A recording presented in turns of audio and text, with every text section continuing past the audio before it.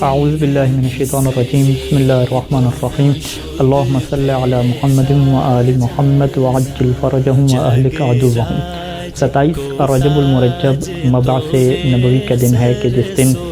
وحی کا آغاز ہوا، جس دن جہالت کی تاریکیوں میں ایک نور کا آغاز ہوا۔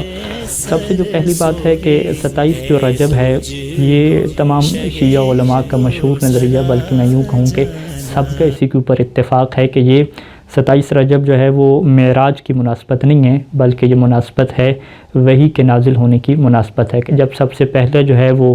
حضرت جبرائیل علیہ السلام وحی کے طور پر رسول خدا صلی اللہ علیہ وآلہ وسلم کے پاس تشریف لائے، اور اس دن کو ہم کیا کہتے ہیں کہ رسول مبعوث برسالت ہوئے، کہ ان کو جو ہے وہ بھیجا گیا رسول کے طور پہ کہ اب وہ اپنی مشن کا کیا کریں، آغاز کریں۔ اگرچہ یہ بات ہمارے نزدیک واضح ہے کہ رسول اور امام جب پیدا ہوتے ہیں تو اسی وقت سے وہ معصوم ہوتے ہیں، اسی وقت سے وہ نبی اور امام ہوتے ہیں، لیکن جو ایک آغاز ہے، ایک جو سسٹم کا پریکٹیکل طور پہ آغاز ہے، اس کے لیے ظاہری بات ہے وہ جو 40 سال کی عمر ہے رسول خدا صلی اللہ علیہ وآلہ وسلم کی، اسی دن کیا ہے آغاز ہوئی۔ باقی ہماری جو جتنی بھی کتابیں ہیں، آپ کتب اربعہ میں چلے جائیں، الکافی میں چلے جائیں، وہاں پر یہ واضح روایات موجود ہیں کہ جو 27 رجب ہے یہ وہ پہلا دن ہے کہ جس دن جو ہے وہ رسول خدا صلی اللہ علیہ وآلہ وسلم کی پر وحی کا آغاز ہوا۔ الکافی کی 2 روایات میں آپ کے سامنے پیش کروں گا۔ ایک مرحوم کلینی نے جو ہے وہ اپنی سند سے امام صادق علیہ السلام سے روایت کی ہے کہ جس میں امام علیہ السلام نے فرمایا کہ یوم 27 من رجب نبئ فیہ رسول اللہ، کہ 27 رجب وہ دن ہے جس دن جو ہے وہ اللہ کے رسول کے اوپر جو ہے وہ نبوت نازل کی گئی، ان کو پیغام بیچا گیا۔ اور اسی طریقے سے شیخ کلینی علیہ الرحمہ نے اپنی سند کے ساتھ امام کاظم علیہ السلام سے بھی یہ روایت نقل کی ہے کہ جس میں امام کاظم علیہ السلام یہ فرماتے ہیں کہ بعث اللہ عز وجل محمدً رحمۃ للعالمین فی 27 من رجب، کہ 27 رجب کو جو ہے وہ اللہ نے اپنے جو ہے وہ حبیب جو محمد ہیں ان کو جو ہے وہ عالمین کے لیے رحمت بنا کر بھیجا۔ اسی طریقے سے شیخ صدوق علیہ الرحمہ نے من لا یعذر الفقیہ میں اور بہت سارے دیگر علماء نے بہت ساری روایات اہل بیت علیہ السلام سے نقل کی ہیں کہ جو 27 رجب ہے یہ جو دن ہے وہ وحی کے آغاز کے دن ہے، یہ جو دن ہے وہ رسول خدا صلی اللہ علیہ وآلہ وسلم کی بعثت کا آغاز ہو رہا ہے، وہ مبعوث برسالت ہو رہے ہیں، یہ وہ دن ہے۔ اب یہاں پہ جو ایک اور نظریہ آیا جاتا ہے اہل سنت کے ہاں کہ قرآن کا جو آغاز ہے وہ 27 رجب کو نہیں ہوا بلکہ وہ ماہ رمضان میں ہوا، اور اس کے لیے سورہ قدر جو ہے وہ قرآن مجید کی آیت پیش کی جاتی ہے کہ انا انزلناہ فی لیلۃ القدر، کہ ہم نے قرآن کو جو ہے وہ لیلۃ القدر میں کیا ہے نازل کیا۔ تو مفسرین نے اس بارے میں مختلف جواب دیے ہیں کہ جس میں سے ایک مختصر جواب یہ ہے کہ یہ جو کہا جا رہا ہے کہ ہم نے قرآن کو لیلۃ القدر میں نازل کیا، حالانکہ قرآن جو ہے وہ 23 سال میں 23 ایئرس میں کیا ہے نازل ہوا، تو یہ وہ قرآن کا نزول دفعی ہے کہ ایک ہی دفعہ میں قلب مصطفیٰ پہ کیا ہے قرآن کو نازل کر دیا گیا۔ پھر اس کے بعد آیات جو ہیں وہ قرآن مجید کی مختلف ہیں کہ جس میں جو ہے وہ سورہ بنی اسرائیل کی 106 نمبر یہ آیت موجود ہے کہ وہ قرآن فرقناہ، اور قرآن کو ہم نے جدا جدا رکھا ہے لتقرأوا للناس، تاکہ آپ لوگوں کو جو ہے وہ یہ پڑھ کے سنائیں ٹھہر ٹھہر کے، وَنَزَّلْنَاهُ تَنزِيلًا، اور ہم نے اس کے بتدریج کیا نازل کی ہے۔ یعنی یہ آیت کہہ رہی ہے کہ قرآن کو ہم نے سٹیپ بائی سٹیپ تدریج کے ساتھ الگ الگ طور پہ نازل کیا ہے، اور سورہ جو قدر میں ہے وہ یہ کہہ رہی ہے کہ ہم نے قرآن کو ایک ہی دفعہ میں کیا ہے پورے کے پورے نازل کر دیا گیا۔ تو جو قرآن کا نزول دفعی ہے وہ ہو سکتا ہے کہ لیلۃ القدر میں ہو، وہ ماہ رمضان میں ہو، لیکن جو قرآن کا آغاز ہے کہ جس ترتیب سے رسول خدا کو کہا جاتا تھا کہ اب یہ والی آیت پڑھیں، اب یہ والی آیت نازل ہو رہی ہے، تو اس ترتیب کا جو آغاز ہے وہ 27 رجب کو کیا ہوا ہے، یہ وہ پہلا نقطہ تھا۔ دوسرا نقطہ کہ جب وحی کا آغاز ہوا اور یہ جو پہلی آیات نازل ہوئیں سورہ علق کی 5 جو آیات نازل ہوئیں، بسم اللہ الرحمن الرحیم اقرأ بسم ربک الذی خلق، اس آغاز کے بارے میں جو اہل سنت کے مصادر ہیں ان کی کتب ہیں، اس میں عجیب و غریب سی روایات پائی جاتی ہیں کہ جس کے اوپر رسول خدا صلی اللہ علیہ وآلہ وسلم کی شخصیت کے اوپر بھی اعتراض کیا بنتا ہے۔ کہ وہ روایت یوں ہے کہ جب وہ فرشتہ جو ہے وہ وحی لے کر نازل ہوا تو اس نے جو ہے وہ کہا کہ اے محمد جو ہے وہ تم پڑھو،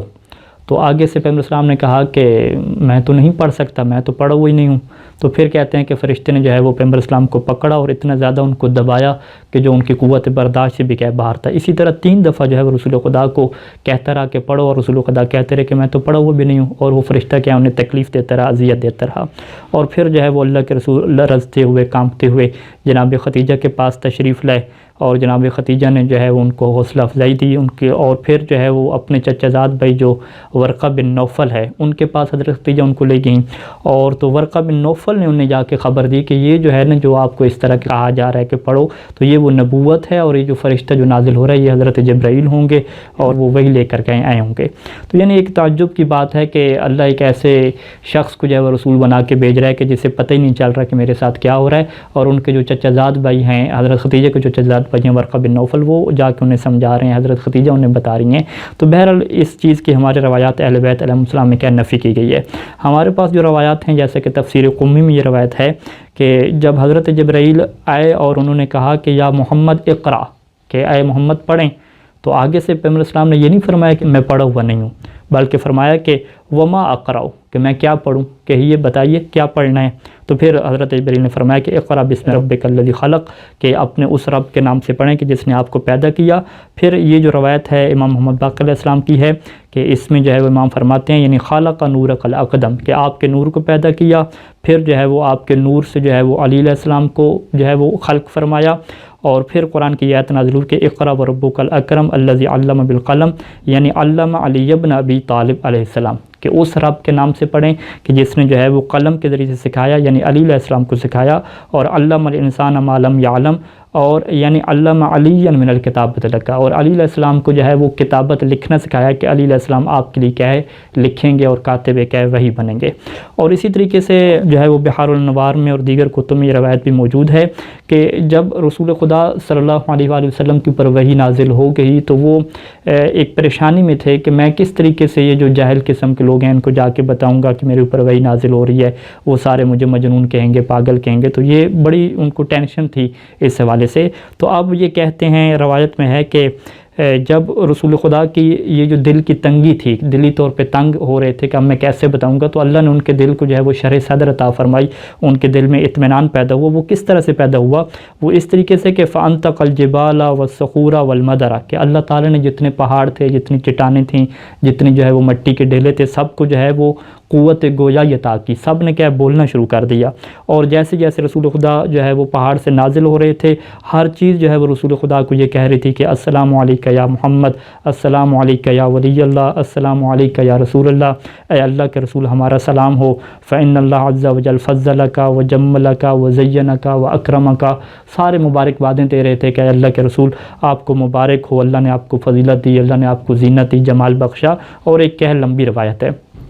یعنی پیغمبر اسلام صلی اللہ علیہ وسلم بڑے مطمئن طریقے سے جو ہے وہ نازل ہوئے ہیں، اور بہت زیادہ جتنی بھی کائنات کی مخلوقات تھیں سب ان کو جو ہے وہ ہدیہ تبریک پیش کر رہی تھی، مبارکباد پیش کر رہی تھی کہ آپ اعلان کر دیں، اور کسی قسم کی جو ہے وہ ٹینشن کی بات، کسی قسم کی گھبرانے کی بات کیا ہے نہیں ہے۔ یعنی ایسا نہیں ہے کہ رسول خدا ٹینشن میں اور پھر ورقہ بن نوفل اور جناب ختیجہ نے انہیں حوصلہ افزائی کی اور بتایا ہو کہ یہ جو ہے وہ وحی ہوگی، یہ نبی ہوگا، ایسی کوئی بات کیا ہے ہماری روایات اہل بیت علیہ السلام میں کیا نہیں ہے۔ آخری نقطہ کہ قرآن مجید کی آیت ہے کہ هو الذی ارسل رسولہ بالہدی ودین الحق لیظہرہ علی الدین کلہ، یہ جو آیت ہے 3 مرتبہ کیا قرآن میں بالکل اسی سیم ٹیکسٹ کے ساتھ کیا تکرار ہوئی ہے کہ وہ ذات کہ جس نے اپنے رسول کو ہدایت کے ساتھ بھیجا اور حق کا دین بھیجا، کیوں؟ لیظہرہ علی الدین کلہ، تاکہ جو اللہ ہے وہ اپنے اس دین کو تمام دینوں کے اوپر کیا کر دے، ظاہر کر دے، یعنی جو دین اسلام ہے، دین حق ہے،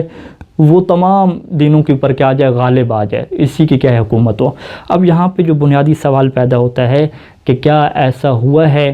کیا پیغمبر اسلام کے زمانے میں ایسا ہوا تھا کہ دین اسلام تمام دنیا کے ادیان پہ غالب آ جائے؟ کیا اب ایسا ہے؟ مسلمانوں کی تعداد کتنی ہے؟ تو سب کہیں گے کہ یقیناً ابھی تک ایسا نہیں ہوا۔ جب ابھی تک ایسا نہیں ہوا تو اب قرآن مجید کیا ہے تو کہہ رہی ہے کہ ہم نے جو رسول کو بھیجا، ہمارا مقصد ہی کیا ہے کہ دین کو تمام ادیان پہ غالب کرنا ہے، دین اسلام چھا جائے گا، ہر جگہ پہ دین اسلام ہوگا۔ تو یہ پھر کیسے ہوگا؟ یقیناً یہ تبھی ہوگا کہ جب مہدی دوران قائم آل محمد علیہ الصلاۃ عجل اللہ فرجہ تعالی شریف اس دنیا میں تشریف لائیں گے اور وہ مبعوث ہوں گے اور وہ اپنا اعلان کریں گے، تو اس وقت جو ہے وہ جو بعثت کا مقصد ہے کہ دین اسلام کو تمام ادیان پہ غالب کرنا، وہی مقصد کیا اس وقت پورا ہوگا۔ خداوند کریم سے دعا ہے کہ خدا ہمارے 12ویں آقا کے ظہور میں جلد از جلد تعجیل فرمائے، تاکہ جو بعثت نبوی کا مقصد ہے وہ بعثت امام زمانہ سے پورا ہو سکے۔ والسلام علیکم ورحمۃ اللہ وبرکاتہ۔